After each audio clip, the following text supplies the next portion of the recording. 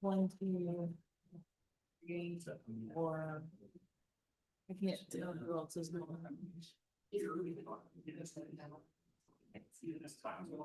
Okay, we haven't confirmed yet. Nope. We don't quite yet have a quorum, so we're just gonna pause here and we might sing to Mr. Burley in a second. Mr. Todd's not gonna be here. Okay.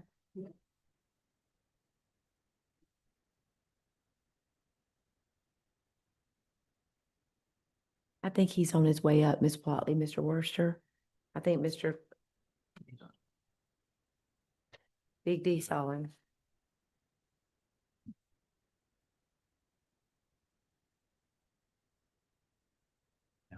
Functioning laptop. I know, well, at least your profiles didn't get deleted.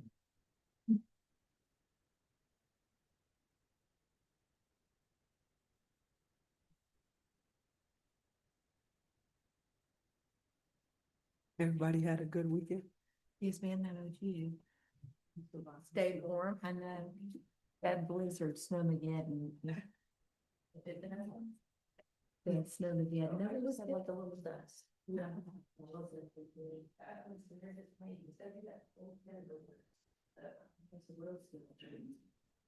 Mr. Ridenbach and his team were all out, Mr. Hamer, making sure everything was right. We didn't get nearly enough. And no problem place. I know, just hallelujah. That's exactly right. We did have a small little flood at West Hatchley High School, but we took care of it promptly, right, Mr. Burley? Yes, ma'am. But that wasn't snowmageddon. It was not snow. I don't think It so. wasn't snow related. Mr. Hamer just wanted to create a swimming pool in the school for. This would probably be okay with that. She's in house. Yeah. He's in. He's going to take it. I think we only have one. I think it's. Who's there? I see her. Me, you. And who I else? think we just have four. Once Mr. Wooster gets up here, we'll have a forum. Oh, no, All right. we've got Mr. Duke. Sorry. Duke. Is she on? Yeah, she Is she on? Of course he is.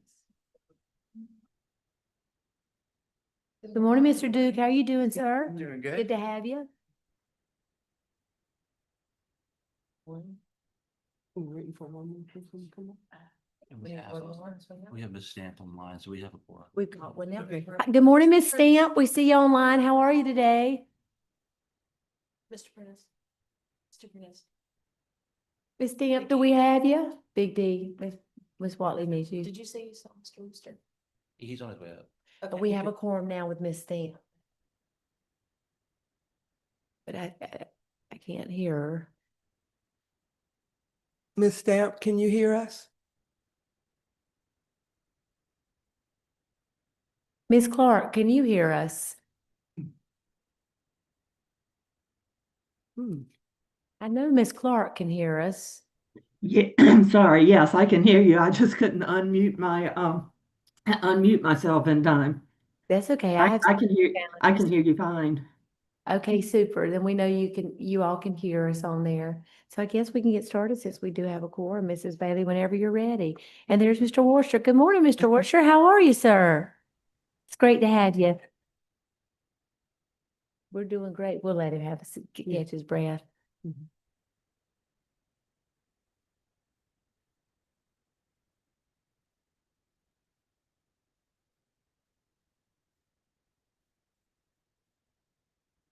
The traffic is real here in Charleston, isn't it?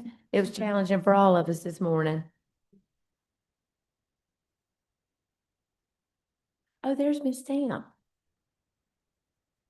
Morning, Miss Stamp. No wonder I was trying to talk to you on that thing. I couldn't hear you. We're so glad to have you in person. You look beautiful. Thank you. You dropped something on the floor. Yeah, under your I seat. got it.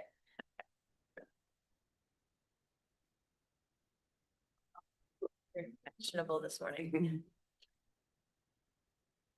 It is. Let's see.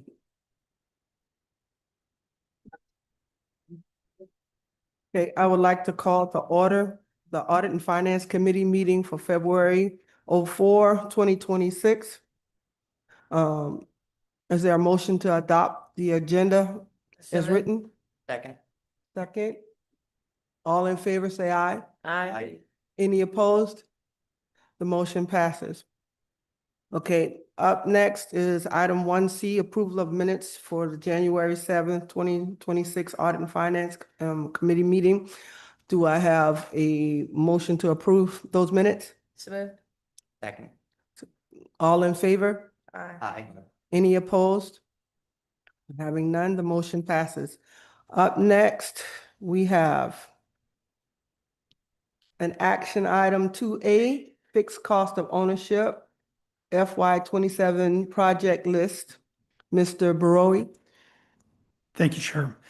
Committee members and superintendent, as well as the chair, Mr. Prentice and I will present the fixed cost of ownership FY 27 proposed budget. The slides that will show on the screen provide a wave top view at each of the programs. There are spreadsheets in the information packet, 49 pages to be exact, that provide the next level of detail, which we won't get into that level of detail, but the slide should give you a good overview. Next slide. We're still waiting. New monitor.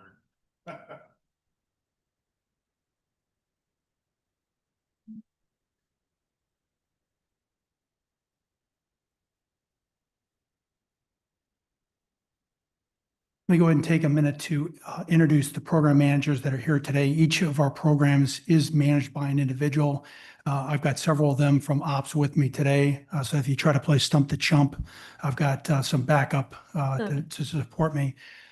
Steve Hamer, who you know, handles the facility maintenance program as well as playgrounds. Gene Ross is our director of athletics. You know, Mr. Reidenbach, who handles security. Ellen Nitz is our nursing program. Heather Studer has planning and facility use. Angela McLaughlin is nutrition services. And James Lynch hiding back there looking for buses right now. This really is an exceptional team here in operations. I can't thank them enough for all they do. They make sure our kids get to school, and once they get to school, they go to schools that are hot, warm, and that they're well fed and they're well taken care of. They really are some of the finest in the business. So I want to thank them publicly for their service, especially in times like these. So thank you all. Thank you for being here today too, to celebrate your boss's birthday. All right. Right, Mr. Broy? That's a rumor. Hi, Captain. All rumors are true All rumors. rumors are true. So bottom line up front, this is an overview. Just for those of you that might not be familiar, the fixed cost of ownership provides for replacement and improvements of equipment and facilities across the district. Auditorium lights, the vestibule security improvements, activity buses, the software, band instruments, the track repairs. This is really the full gamut of what we do in our schools and around our schools. I mentioned we're broken down by program areas. We'll have slides that cover those. Our overall budget is slightly higher than last year's budget. Several notable increases include the school security safety system. That is our badge system that was implemented this first semester. We'll have an annual cost to that.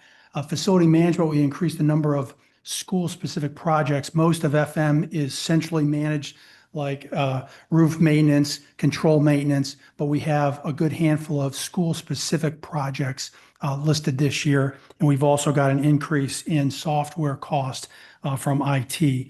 There is one significant decrease. Last year, we had a one-time project for St. John's Culinary. We will do a second phase of that project. It's embedded within the facility maintenance bill. Just a point, I know this gets asked every year. Most of this program is based on life cycle prioritization and condition, not the size of the school. So in most cases, all schools get some amount of the work being done in most of the programs that are here, but it is based primarily on life cycle and condition. Next slide, our big program is facility maintenance. Shown here on the quad diagrams for ops, just the description here on the far left is the general purpose of the program.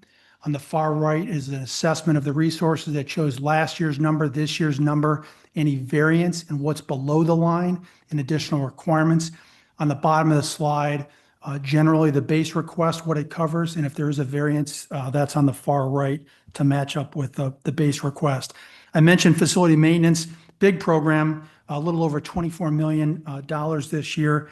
This is everything outside, inside, below ground.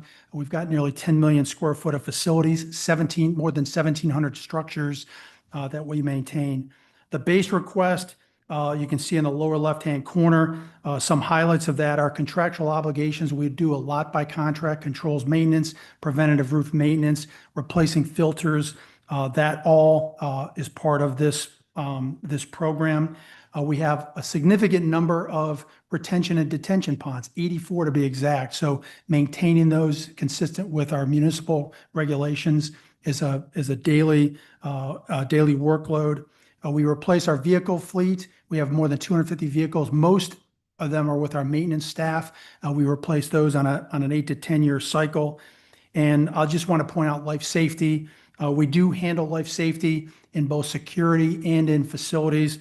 In the facility side, this is for the storeroom doors that automatically lock on a classroom so that when the doors close, we know it's locked if there happens to be an intruder in the building. 4 years ago, the board approved a wholesale replacement of those doors. This is the fourth of 6 years. A portion of that is funded with FCO. Lower right, the variance request, why it's increased by $1 million for FM. The contractual obligations, many of them have an escalator. We increase our staff costs. Whenever the board votes for an increase in salaries for staff, those that manage and execute FCO, their salaries are embedded in here. So there's an associated increase with that. And as I mentioned in the first slide, we've increased the number of school-specific projects in this year's program from 20 to 31 in this case. A couple of the highlights were improving the vestibule, security vestibules at Goodwin and Cochran, and also replacing restrooms at the Military Magnet gym. The next slide is playgrounds. Playgrounds is also managed under facility maintenance, but we like to keep it separate. We have 136 playgrounds across the district. We replace them on a 10 to 15 year cycle, depending upon usage and the weather. Those closer to the ocean actually wear out quicker. In this program, I've got listed there in the lower left, a total of 6 playgrounds. We're actually replacing 7 in this program. And then the rest of the funding goes toward maintenance of those playgrounds. A little over 1.7 million. Security and emergency management, our next slide. This program has increased obviously significantly over the years.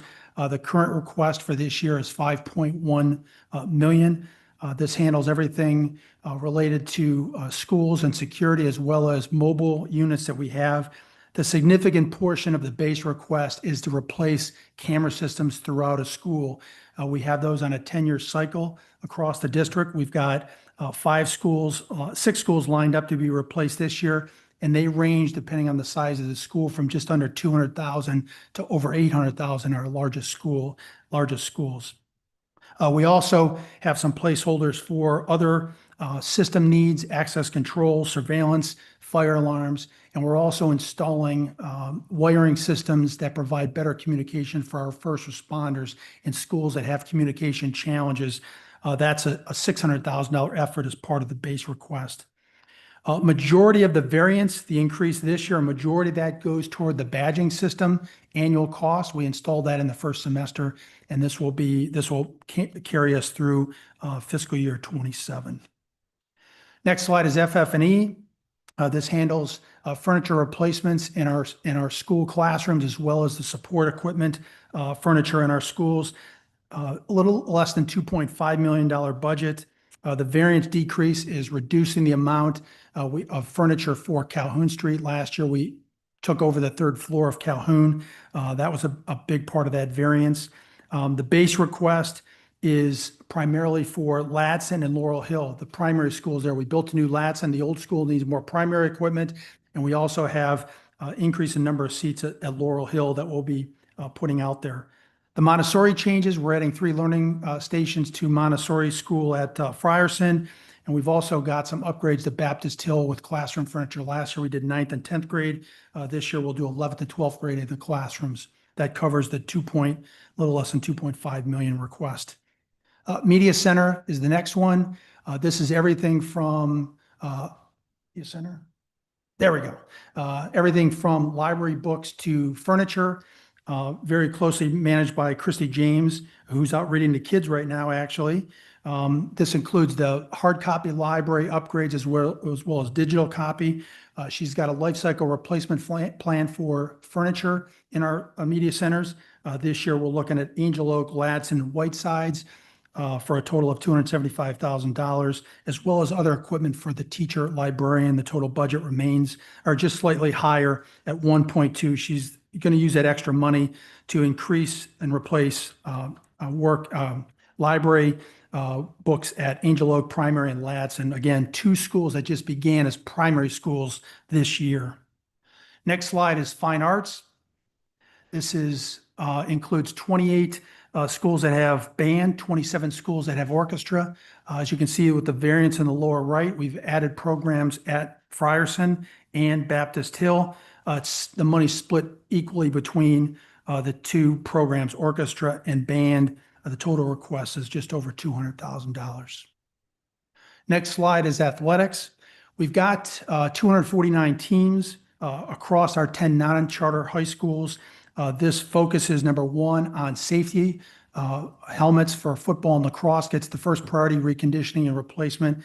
And then we break up the remaining amount of money based on sports, $378,000 request for this year. Current technology education. This program is coming in at $400,000. Two big projects, esports STEM labs at West Ashley High School and at Military Magnet. Facility and planning use, the next slide. This is where our school auditoriums hang out, 9 auditoriums to be specific. It's used to replace lighting and sound systems in our school in those auditoriums. But in this case specifically, we have 2 projects for replacing orchestra pits at West Ashley High School and at Burke, $294,000 request. Transportation, even though our primary home to school is managed by contract, we do the radios and cameras in all of those buses. And we also have a 56 bus van activity bus fleet.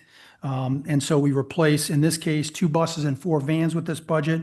We're upgrading and providing support to the Department of Exceptional Children. And we've also got a couple of initiatives to better support transportation and improve efficiency and effectiveness of the program. Pilot projects for tablets on the buses that will provide better GPS support so we know if a bus has gone off route, and we'll be able to get it back on track or get emergency responders there faster. And we're also looking at a student ridership pilot, knowing real time who is on our buses, just so we know in real time who's in our schools. That's been a challenge for school districts across the nation. We're hoping to pilot that next year with this $1 million budget. Nutrition services, a little over $1 million. This is replacing kitchen equipment, ovens, stoves, line equipment, coolers, freezers, etc. Most of those are based on a life cycle replacement plan. The variance request is actually an additional requirement. So we're not funding the variance with a food truck, but it is an item that we've looked at closely as a way to supplement nutrition services, provide support for the program, and also for other district-wide events. Again, that is not a variance. That's actually below the line. The variance request is just escalation in cost for the equipment that we buy on a regular basis. Nursing services, a $260,000 budget. We replace medical carts and cots on a 10-year life cycle. We're looking at upgrading clinic equipment to better optimize getting our students in and out in a timely manner. We also buy AED and CPR equipment with this budget. Again, $260,000, no variance. With that, let me slide over to IT. Mr. Prentice. All right. So large portion of IT's capital and support, as Mr. Broey mentioned, for that capital comes from FCO. And so the breakdown is here. IT systems and equipment for FY27 recommending $12.9 million in funding. The other category of IT is technology software, and we'll get into that in the latter part of the presentation. So within IT systems and equipment, you have general IT, classroom upgrades, staff computing, and then the overall project management and support. So if you'll go into the next tab, there we go. Information technology is general systems, kind of the big picture, file servers, network electronics, PA systems, which includes our annual march towards getting our PA systems upgraded to audio enhancement, our uninterruptible power supply, data center equipment, in our physical security systems and maintenance. We also have IT infrastructure support for various school requests and lifecycle management of things that are on a replacement plan.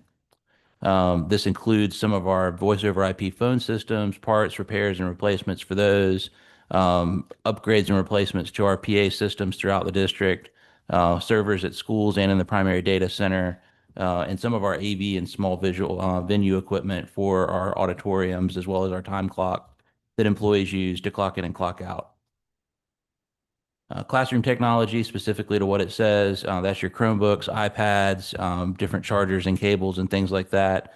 Document cameras are classroom sound equipment and computer lab replacements. We had a big year last year for computer lab replacements, and so we go back and forth each year between life cycle for Chromebooks, staff computing devices, and computer labs, kind of across those three big categories as those devices need to be refreshed. Also includes our sound enhancement upgrades, the document cameras that I mentioned, our student mobile devices on lifecycle, and our CTE labs are included within those computer labs as well at our Centers for Advanced Studies. Staff computing devices, that's the laptops that are issued to all staff throughout the district, as well as desktops, office printers, and other technology. Real focus here is on laptops and peripherals such as docking monitors and things like that for staff. In the case of printers, we're starting to shift over to a new model for printers. And so we have a separate agreement in place that has saved us a good bit of money on the printer side, saved about $250,000 a year by transitioning vendors for print management.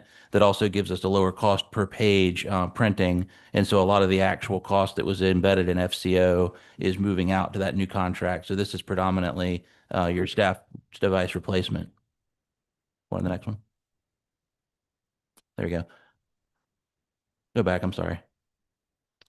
And then the project management and support, that's the oversight of projects for end-of-life equipment replacement and the staffing for break fix report for Chromebooks. If you can imagine having 50,000 students, majority of students grades 3 and up use Chromebooks, and those 2 and under, for the most part, are on iPads.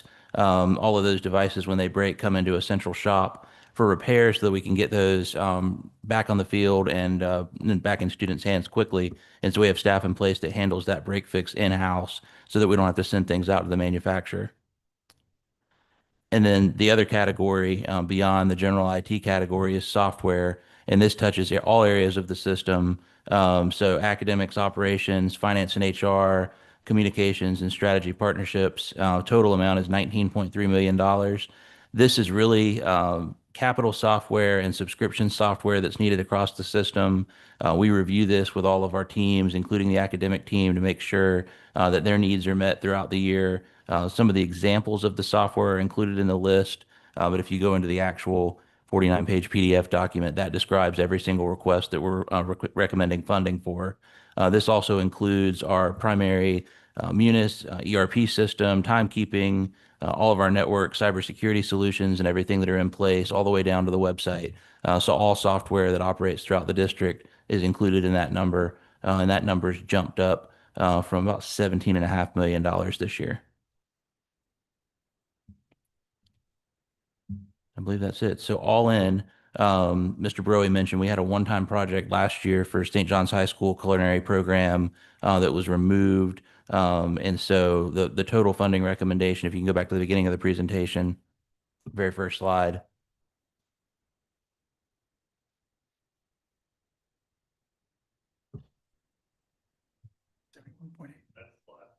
Just go back to the very beginning.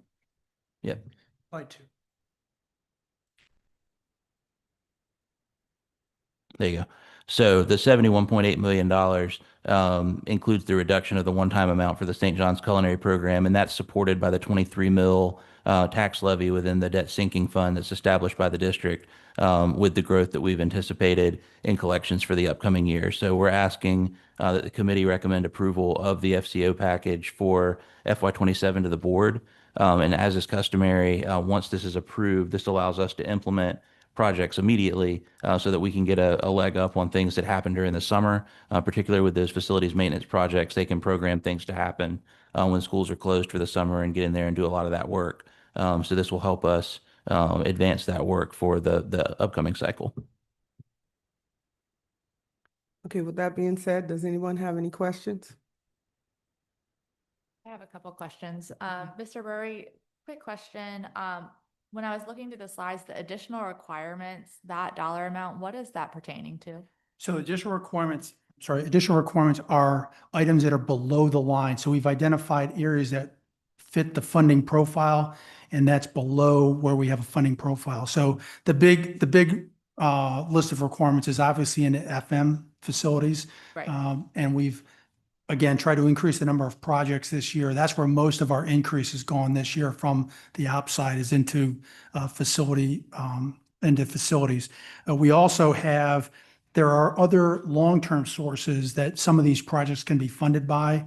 When we have the sales tax referendum, we look to try to apply as many of those projects to that program. So when you look at things like multi-purpose rooms, which is a hot topic, multi-purpose rooms could be funded by FCO or it could be funded by sales tax if it's on a referendum line item. So we've looked to try to move the ones that are remaining to the sales tax and not fund them out of here because it takes a big chunk of the money. FM is 24 million. Yeah. A multi-purpose room is going to be 3.5. That's a pretty good chunk at that point. So we try to push those to sales tax if possible. And there's so many of the multi-purpose rooms that are left too, is the big reason.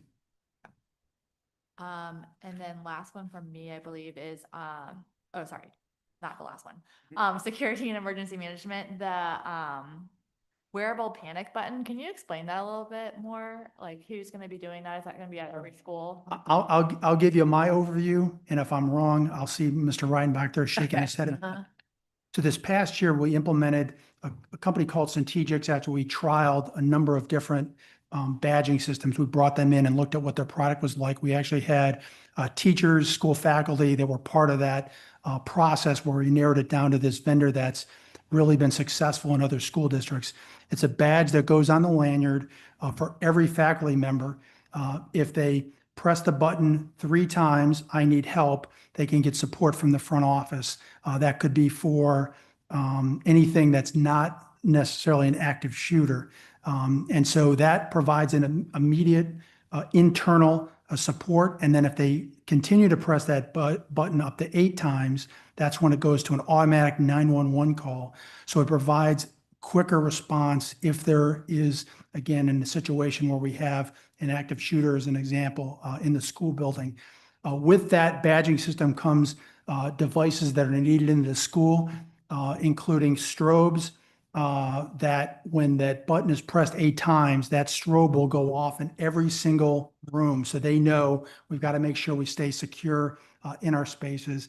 It also locks out laptops and Promethean boards so that they'll know there's an active situation in the school, and that call goes directly to 911. Huge effort this past fall that was funded last year to install that. IT and security really tag team that to roll it out to all of our schools, including training to all the staff that have those badges. Anything to add to that? I'm good. Should have taped it. Should have videoed it. And then the last one, the transportation ridership pilot, that sounds pretty interesting. Any more details on that one? So I see Mr. Lynch back there. So we've looked at different ways to approach that. The real key is that we have to quickly onboard students so that the buses aren't sitting at the stop. So things like punching in numbers into a keypad is not going to work. You've got the issue of making sure that the students got something that shows their number, whether it be a QR code, an ID badge. We're looking at all different types of systems to, number one, be accurate of who's on the bus, but also make it timely so that we're not delaying the bus routes, which creates a lot of consternation among families and the superintendent. Particularly on the Facebook page, it's all I hear. Mr. Lynch, anything to add to that?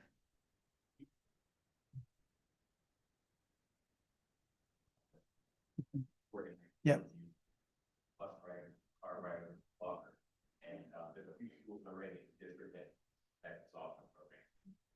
Are they using badges or which ones are they using right now? Right now, I'll use an example at Mount Pleasant Academy, Sullivan's Island Elementary. They use school discipline manager. It's one program, and another one is Pick My Kid. And basically, a lot of it requires a parent to indicate to the school With how their kid's going to dismiss from school. be on the bus, it's gonna be a car ride. Now the schools have organized game plan when it comes to these children at the end of the day. Something that's gonna be more applicable for our elementary grade schools. Great, thank you. Well, while we're on that topic, do you mind if I interject just Go ahead, one hold quick on. question? Are we using any kind of facial recognition software? No, we're not. And I want to add to that. Can we get the kids like little badges that they can connect to their book bags and just scan it as they go on the bus? So that's one of the options that we're looking at for that ridership program. Making sure the kid has their badge every day is another challenge. I mean, I know if even it's on the book bag, things get left at school, things get pulled off. So that the badge ID on a book bag is an option. We've been challenged in the past with elementary school badges. High schools, we have badges for all high schools. They have badges. They've got them on a lanyard. But the elementary schools has been a challenge. We've piloted that before and it has been overly successful, but we'll look at that. Okay. Anybody else has any questions? Quick question. Some of the areas have schools identified as to where the funds are going to be used. So for some of those areas that don't, how is that determined where those funds would be spent? So for line items that don't have a specific school, it's based on quantities needed in some cases. If a school is short on something, it's also based on breakdowns during the school year. If something breaks down, there's a pot that's not designated by a school so that we can replace things during that year. That's why we can't identify every single school on every single line item.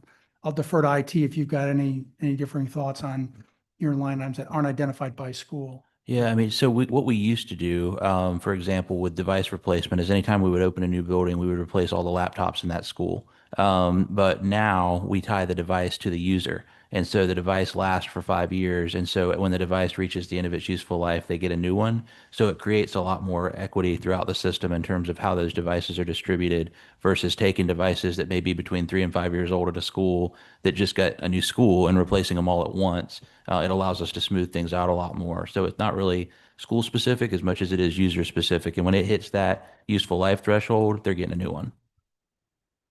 Okay. Anybody else online? This is just a general question. Oh, good. So IT now, IT reports to CD? Yes, ma'am. Has that always been? That was a change July 1 of 24. Okay. If no one else has any questions, I have a few. My first one is the stormwater assessments, because every time I see these come across, I keep seeing stormwater assessments. How many schools across the district are being assessed and how often are they being assessed?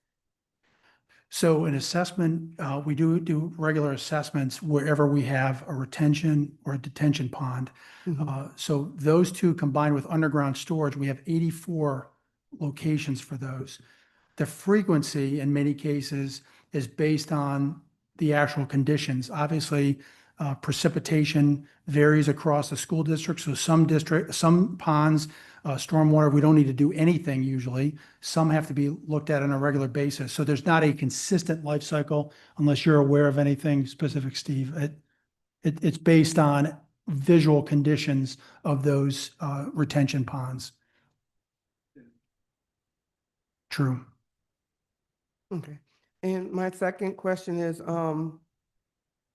how often are we phasing out mobile units throughout the district? Because I see the replacement of the furniture in the mobile units, but are we doing anything to take those out of the equation so we have full-time classrooms built for the students? Great question. So we do not have a specific time frame to swap out mobiles. Our ultimate goal, obviously, is to replace all mobiles with a permanent facility.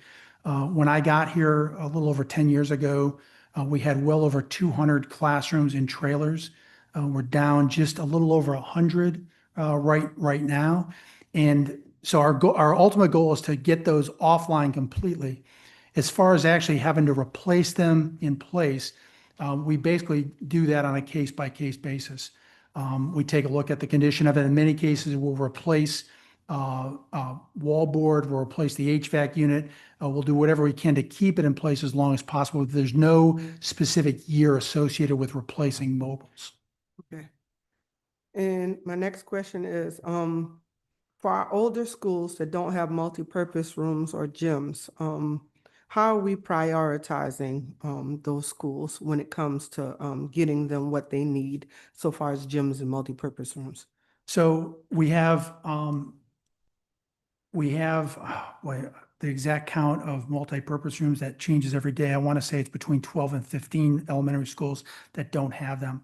I've got a funding plan for about 7 of them through the sales tax program right now. So the plan is to knock those off as much as possible through the sales tax program.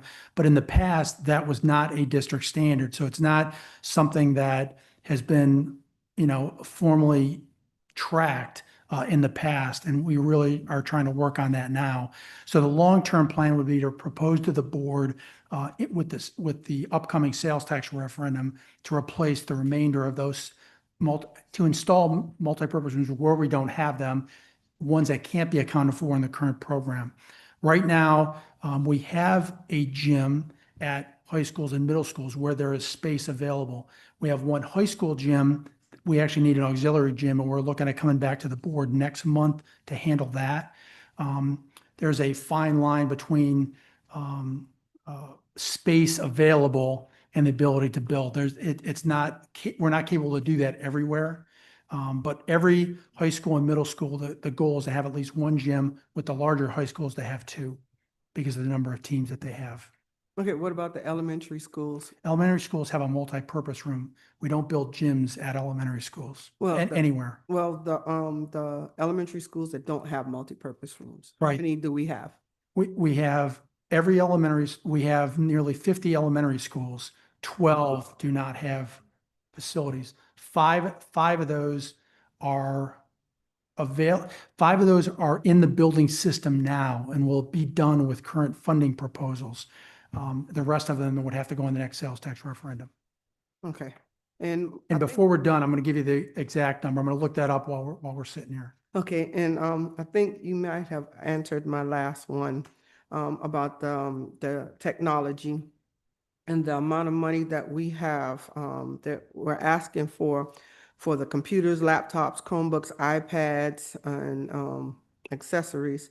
Is this for specific schools already designated, or is it for schools across the district? So it's for schools across the district. So everything's life cycle based. So once they hit their life cycle number of years, then they get replaced. I mentioned about the staff computing devices. Those get done on a one-off basis since they're assigned to individuals. With the schools, typically those get replaced in batches when those batches reach, in tandem the end of their useful life at 3 to 5 years. Okay. I Thank- have a So quick if question. if I can just give you the exact number is 12 elementary schools without a multipurpose. 5 of those have a funding plan. 7 of them don't. So the proposal for those 7 would be to come in to the board this summer with the request in the sales tax referendum to include building those out at all the remaining schools. Thank you. Ms. Yes, ma'am. Watson? Mr. Burley, I saw Garrett Academy on here. What, for the That- baseball field in particular, what is we were using Garrett for one. Morningside. Garrett was the swing space for Morningside. Right, We and just opened it. Morningside's back in their school now, right? So is anybody in there, and what's there's- the future of it? So there's a significant portion of Garrett that's being used by staff. So we relocated a number of organizations into that facility on the ARC side. That's the far left. If you look at the front of the building, IT is over there, Plant Ops is over there. We're using a significant portion of that space and will continue for the foreseeable future. The classroom side of that building is not currently being used. We expect this year to use it for professional development on occasion. But the long-term goal is to demolish that facility. We have only a couple of 2-story facilities remaining in the district that are not up to the current, they weren't built under the seismic code, but if we were building it today, it would have a different structural framework that is up to the seismic codes. Garrett is one of those two-story buildings that we do not want to use long-term. We want to replace it. So Right. the long-term goal is to knock it down. But in the meantime, we're still using it for a bunch of functions. In fact, we're in this project list is replacing the camera system at Garrett. Mr. Reidenbach will make sure that we're not overdoing it. We're not going to replace cameras where we have no space being used. But again, for the most part, the Garrett campus is still in play. So are we using the baseball field? Yes, so the athletic fields are both still being used, the football field and the baseball field, and both of those will continue to be used. Oh, so that's why we're refurbishing it. Oh, yeah. Yes, ma'am. Yeah, the football field continues to be maintained and upgraded, the baseball field as well. Those are for the North Charleston schools that don't have the capability to have a facility on their campus. Okay. That's it. Good question. Okay. Any more questions? Having none, the motion is to approve the prioritized list of projects under the fixed cost of ownership FY 27 project list as submitted. Do I have a motion? So moved. So moved. Second? All in favor, say aye. Aye. Any opposed? Having none, the motion passes. Item, is it 2B? I'm so sorry. Go ahead. I'm looking through West Ashley High School and the CAS. Mr. Barrowe, I know I briefly spoke with you one time after meeting with the principals there about having a path that could connect the two. I need to circle back with the principal there, and do you recall that information? It was related to the gating and the access controls. Either Mr. Hamer or Mr. Rideback have an update. This is related to students passing between West Ashley High and the CAS and the gates that are out there. They that were ring a asking bell? for an actual, like, pave a little path or something like The path is paved between the two schools. that. Okay. The path, it was related to access gates. Yeah, there's paved courtyard Yeah. between the two buildings to facilitate class exchanges, and that's all behind a fenced-in area. During the school day, student movements are behind the fence. Yeah, this was last year, so my memory is a little bit I fuzzy. seem to with recall it was details. related to the CAS's concern that students were passing through his campus to get to the parking lot, if I recall correctly. Something like that. Or they were requesting to have like a little path. It would just make logistical sense and make things easier for the student. We'll touch base with them. Okay, thank you. Yes, ma'am. Okay, moving on to item 2B, fixed cost of ownership FY 26 budget reallocations. Is this Mr. Hamer?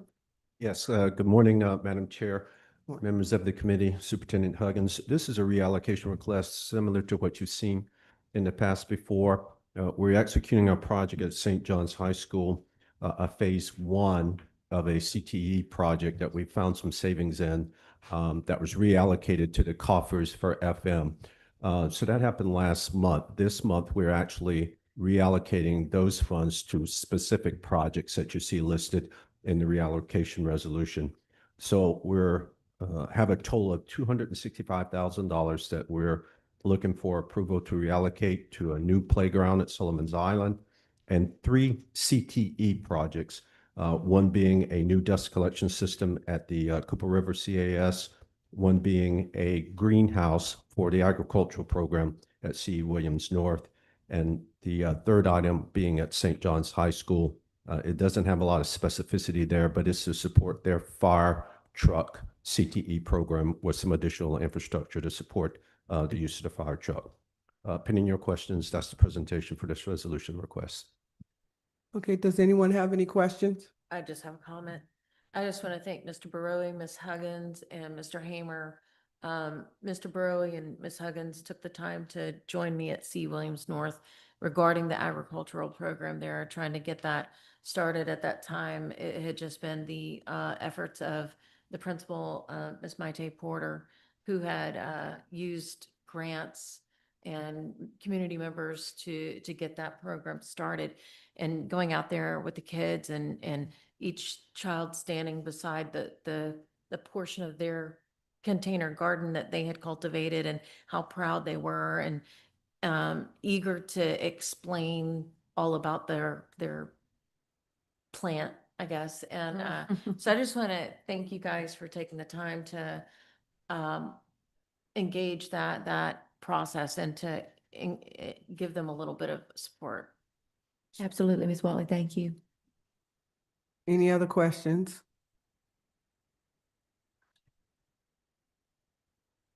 You have a question? Okay, having no more questions, the motion is to approve the reallocation of funds as shown on the attached resolution for the fixed cost ownership FY 26 budget reallocation. Do I have a second? Second. Okay, all in favor? Aye. Aye.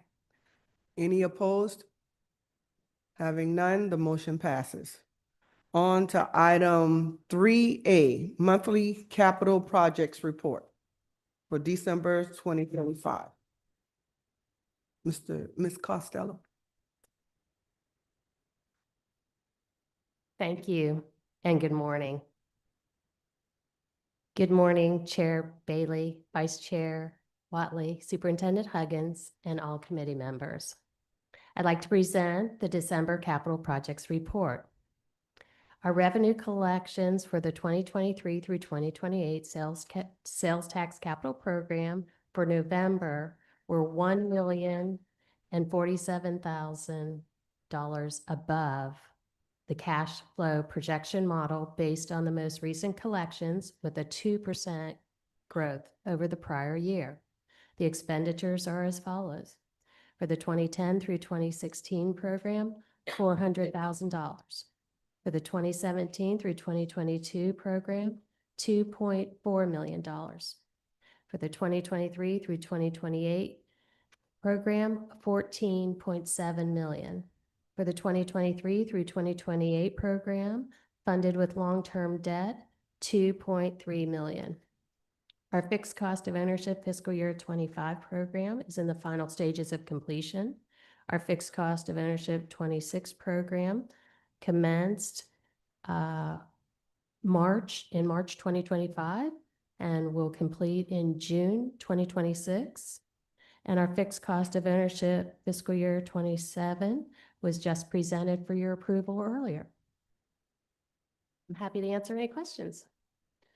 Does anyone have any questions? I don't think there's any questions. Thank you, Mel. Thank you. Okay, up next is item 3B, monthly financial report for December 2025. Mr. Prentice? Yes, ma'am. So this is the general operating fund report for the end of December. I'll be sharing the updated long-range forecast with you later on in the meeting. And so some of the projections that are in here are the estimated year-end revenues and expenditures have been substantially updated through the beginning of February. So I'm really going to focus on this report on where we are year to date.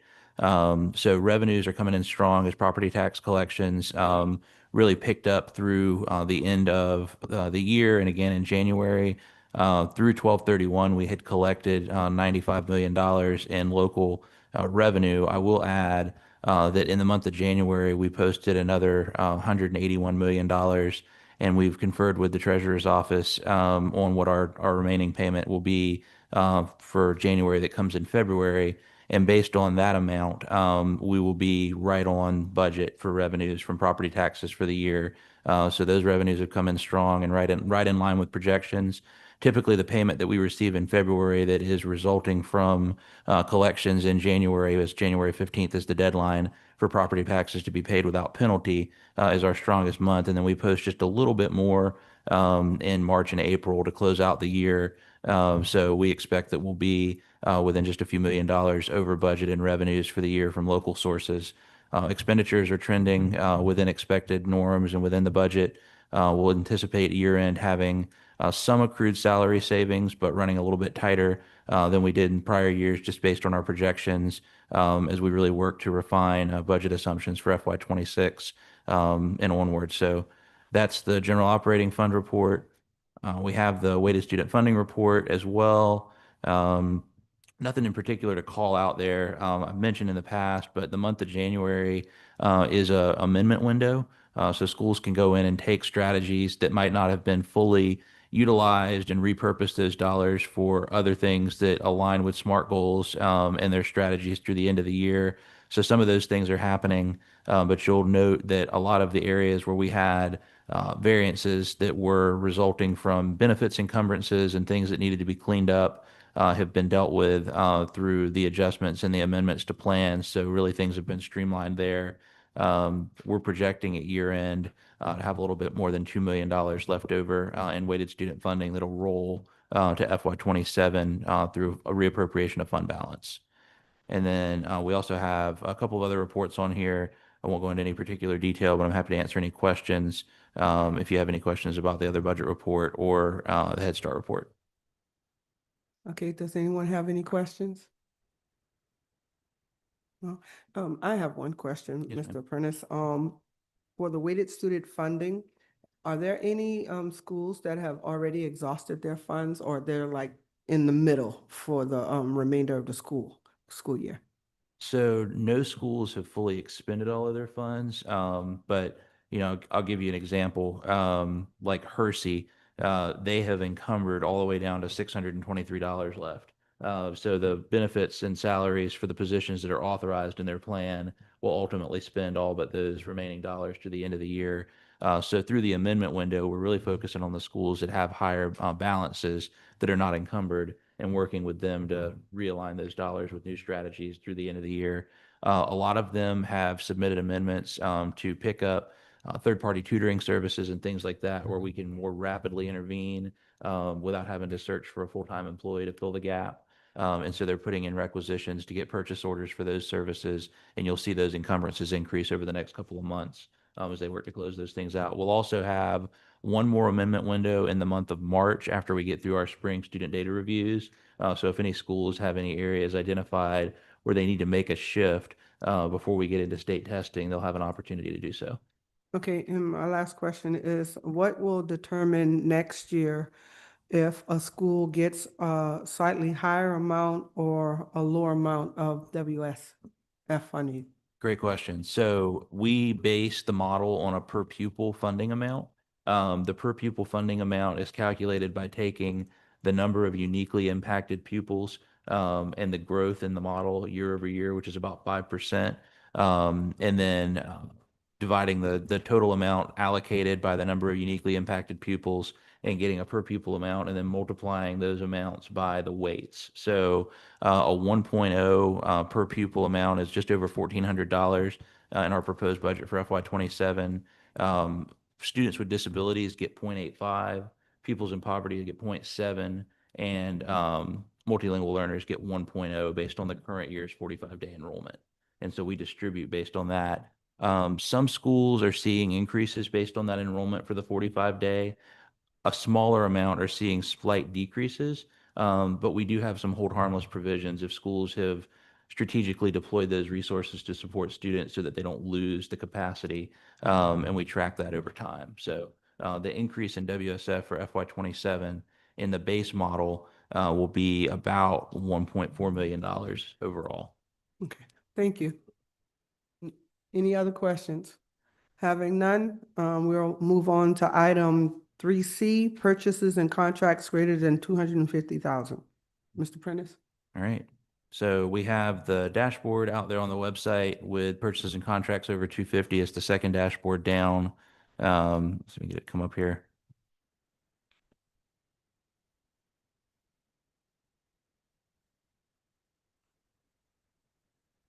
So for the month ending January 15th, the total amount was $2.7 million.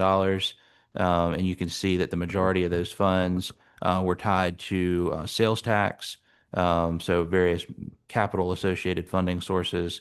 Largest category by department was construction procurement, so our capital facilities. And so if you go over to the last tab of the report and scroll all the way to the bottom, you can see the list of projects there. Some of those were CCSD projects, some were change orders to existing contracts, but these particular types and amounts are specified there. We did have a couple associated with the state and some of our exemptions as well. So I'm happy to answer any questions about the the 250 report. Okay, do we have any questions? No questions. We will move on to item 3D, 45-day enrollment. Ms. Huggins. And we have Ms. Milne from Student Information here to present the 45-day membership report. Thank you. Good morning, committee chair, vice chair, and superintendent, and committee members. We have the preliminary 45-day membership counts, which is our average daily membership. This is still reported as preliminary by the State Department of Education, but is our final counts as of the 45th day. Our membership as of the 45th day was 47,176.88. That's because we have to do the average over the days enrolled that each student is enrolled. That's how you get a partial student. This is a decrease from prior year of 637 students, which offsets the prior year, the year before's increase of 589. You can also see that our high achieving students is 13,449. That is an increase over prior year of, sorry, I lost my spot.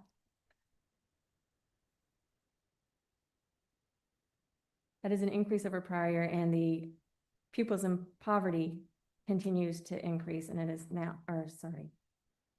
Yes, also it continues to increase, and it's 21,685.27. Attached to that form is the school by school breakdown. The gray columns or the gray rows are presented for comparison purposes, and the white numbers are as the information is presented to the state. You have any questions? Does anyone have any questions? Thank you. I have one. Go ahead. On the decreases, I'm trying to think of how to frame my question. The direction that I want to go in is, tracking where students are going and why the decrease? Yes, the tracking of where the students go is part of our live and attend report, I believe, that is prepared by our operations division. If they stay within the district. If they stay within the district. If they're leaving the district, we don't have a thought of where they're going. Is the decrease, are they staying in the district then? These are going out, the decrease is going outside of the district. And so it could be state charter schools, it could be remote learning through virtual charters also. So do we actually know that they're moving somewhere else, or are we losing students and don't know where they are? Maybe they're not. No, we are losing those students. We don't know exactly where they're going. So we We don't can- really know why. Yeah, We don't know if they're going somewhere. right. They don't, not. right. They're We not can- checking in and telling us where they're going when they walk out.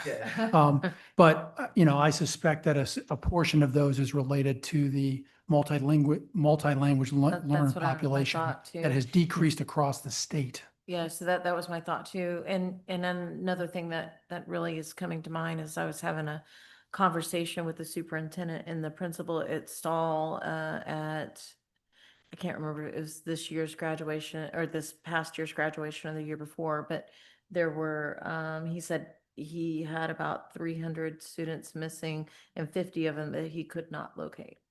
Well, I had that. So that's kind of my thought is, I want to get to the bottom of. Yeah, we've what's gone going out on. though and tried to help principals. We've walked streets. Dr. Coakley's team has been really diligent about that. And unless students and their families request records, we don't necessarily, as Mr. Broy suggested, know where they land, but we do beyond our due diligence to see that we can find them, especially the issue at Stall was significant last The year. missing children Yeah. is very concerning, Very especially with concerning. trafficking in Charleston being a hub. Yeah, because I talked to him the beginning of this year, and he had over 500 students that were unaccounted for. Mhm. But he said some came back, but not all of them. Right, yeah, Exactly. it's about the same when I spoke with him. He's able to track down a portion of them, but there's about 50 of them. They're just missing. He has no idea what's happened to them. Ms. Buffy. So our schools do go back and look for ways to be able to contact those families. We have our school support that works with our school principals and the faculty there to be able to track down folks. We also look across the state to see if maybe those students have enrolled in other places. That's how we're able to, certainly track down any kind of student who's designated as a dropout or anything like that. We do have some shifts in enrollments across our district so that some kids are not actually leaving, but are just moving to other areas. That could be based on housing trends or increasing prices in some of our more urban areas, maybe moving to some of the suburban areas. We did see probably more of a decline in some of the earlier grades than we do in some of our higher grades, if that helps. So 2 questions, because Charleston is a hub for human trafficking, we're like 11th in the nation. And just a little background, I did briefly serve on the human trafficking task force prior to getting elected here. So this subject is very sensitive to me. Are we looping in law enforcement for those children that after we've exhausted our ability to investigate and find where they're going, are we looping in law enforcement? Or are we trying to work with any human trafficking task force, make sure that these children no evil has befallen them, to the best of our ability? I would say absolutely. As mandatory reporters, if there is any suspicion of such a thing, we would absolutely be reporting that and working with local law enforcement agencies. I know that our schools are very diligent about finding out where families have gone or where students are. So I would say absolutely. Any other questions? Okay, thank you, ma'am. Up next is item 3E, long-range financial forecast update.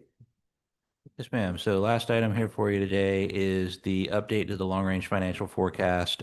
This is something that we've started doing at the commencement of the budget process each year and then updating the board throughout the year as we refine the model.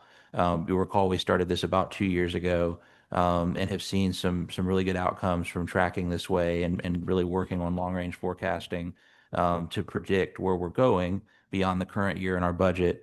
So I'm going to start with the 2025 audited information that's contained on the far left-hand column and kind of work our way through. But this shows the 2025 actuals, the 2026 estimated year end, and then 5 years of forecasting, beginning with FY27. So in FY25, we made some assumptions considering the implementation of WSF and some new modeling that we were doing to really try and step off into a new funding formula as well as increased compensation for teachers and classified staff. And we budgeted $62 million in the use of fund balance. A significant portion of that was the committed funding that was set aside for post-ESSER recovery. The original intention was to essentially spend all that money in the first year after ESSER ended. And instead we said, let's model this out and use some of that fund balance over a 3 to 4 year period and let growth begin to step in and close that gap over the course of a few years.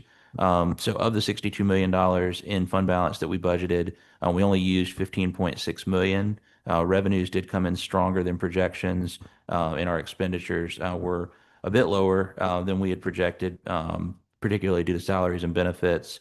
As this was the first year of the model and we were really working to refine assumptions and still had a larger bit of conservative estimates deployed in those numbers. At this point last year, that estimated year end was an $18 million use of fund balance. So we were still being conservative with that at this point in the year. And so we ended the year just $3 million different there in terms of the actual use of fund balance. For 2026, the budgeted use of fund balance was $31 million. So we cut the amount of fund balance used to balance the budget in half as we're letting the growth kind of step in to pick up the overall balancing of the budget long term. And as I mentioned, revenues are coming in strong in alignment with the budget. We have seen some increased revenues from the state particularly based on our enrollment increases that we've seen. So that always brings in additional revenue in addition to shifting in the index of tax paying ability. And we're anticipating some property tax revenues as well. The salaries and benefits coming in under the budget was markedly lower than last year as we'd refined the estimates in the model. So we're estimating at this point in time only to use $2 million of the fund balance that was budgeted. So that said, when you look at the fund balance that we had set aside for post-ESSER recovery, that was $37.5 million that was literally intended to be spent in year one post-ESSER as we implemented weighted student funding. And we've only spent, as of the end of FY26, about $17 million of that as we get to the end of this current fiscal year. So we still have about $20 million of that funding available that we're going to blend into the model over the next few years, as well as some unassigned fund balance above the policy threshold established by the board, which, if you'll recall, is twice the requirement in the state. So for FY27, this really gets into kind of where we're going. The projections have always included doing the major increase in FY25 to salaries for teachers, as well as 100% of market alignment for classified staff, doing the increase that we did this year to kind of get to that market alignment that we wanted both on the certified and classified side, and then in FY27 onward to increase compensation based on CPI in alignment with the market so that we're really maintaining. So we're projecting an increase in teacher compensation at the base to $67,500 for FY27, which is a $2,718 increase across every cell on the scale, as well as a step for teachers, and then maintaining market alignment with a 3% increase to every cell on the classified scale, plus a step for that staff. So these assumptions include all of those things, as well as CPI increases to compensation all the way out through 2031, as well as increases based on the statistical analysis and known programming impacts of things that we're adding to the budget, from everything from universal pre-K to cost associated with the Peninsula Promise to enhanced investments in special education. All of that's contained in these assumptions. So for the FY27 budget, we're expecting that we'll balance the budget with approximately a $12 million use of fund balance, 12 to 15 million at the max, which is again half of what was budgeted in use of fund balance in FY26, but that will likely end the year based on these projections with a small positive variance, which is the 6844 represented in thousands there, but there's $6,844,000 positive variance at the end of FY27.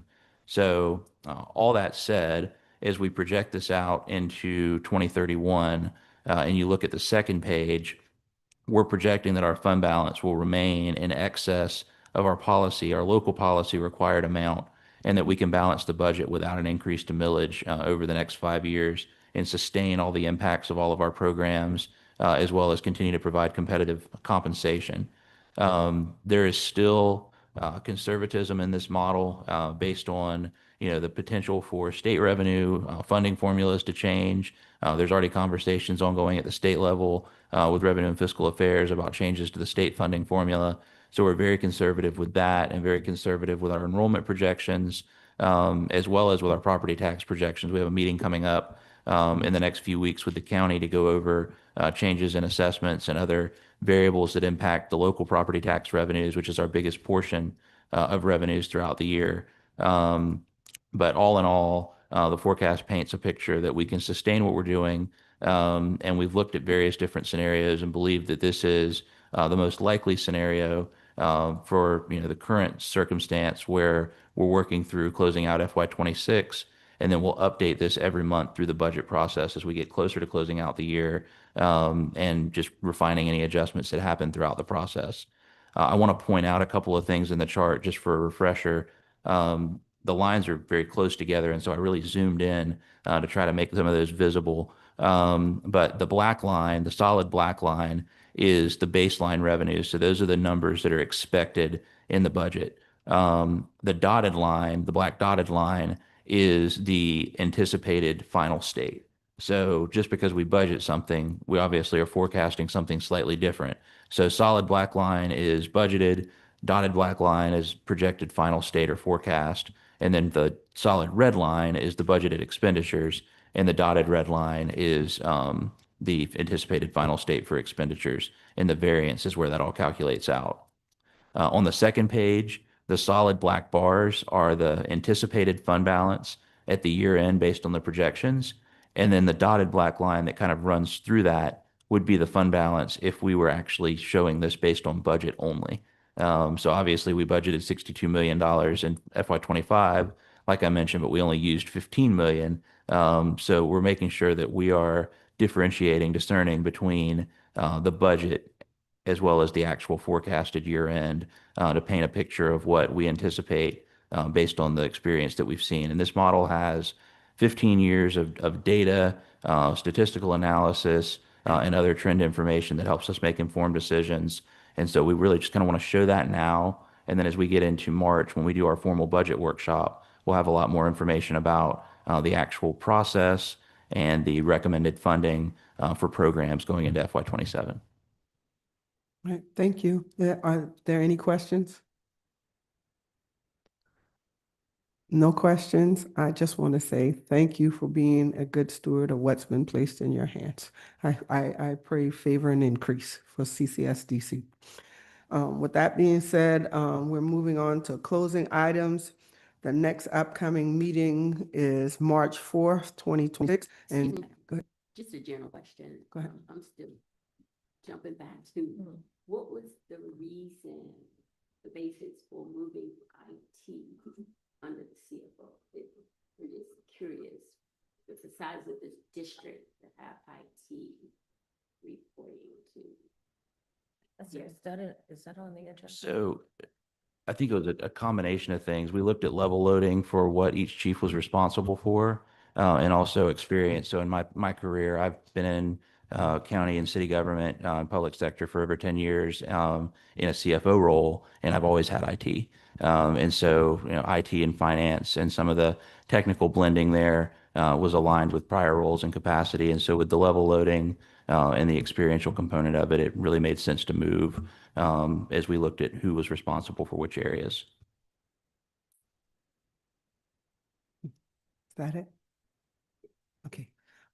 No other questions. I move to adjourn. All in favor? All in favor, say aye. Aye. Okay. Y'all have a most blessed day. Thank you all so much. Yeah.